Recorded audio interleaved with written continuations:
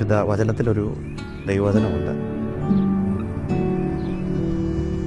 നരച്ചതല ശോഭയുള്ള കിരീടമാകുന്നു, നീതിയുടെ മാർഗത്തിൽ അതിനെ പ്രാപിക്കാം.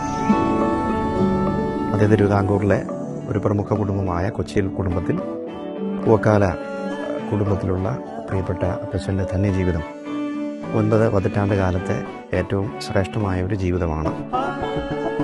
കാർഷിക വൃത്തിയുടെ നന്മയും ഒപ്പം തന്നെ ആധുനികതയുടെ നന്മയും ഒരുപോലെ സമന്വയിപ്പിക്കാൻ കഴിഞ്ഞിട്ടുള്ള ഒരു ജീവിതമാണ് ഇതിന് ഗ്രഹിക്കാൻ സാധിച്ചിട്ടുണ്ട്.